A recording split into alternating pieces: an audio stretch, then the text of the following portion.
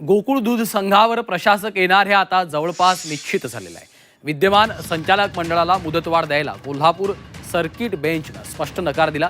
गोकुळ दूध संघाच्या विद्यमान संचालक मंडळाची मुदत 4 मे रोजी संपणार आहे। सभासद संस्था आणि अवसायन संस्थांच्या सुनावणीमुळे विद्यमान संचालक मंडळाला 1 वर्षाची मुदतवाढ देण्याची विनंती गोकुळतर्फे न्यायालयाला करण्यात आलेली होती। मात्र विद्यमान संचालक मंडळाला दिलासा द्यायला कोर्टाने नकार दिला।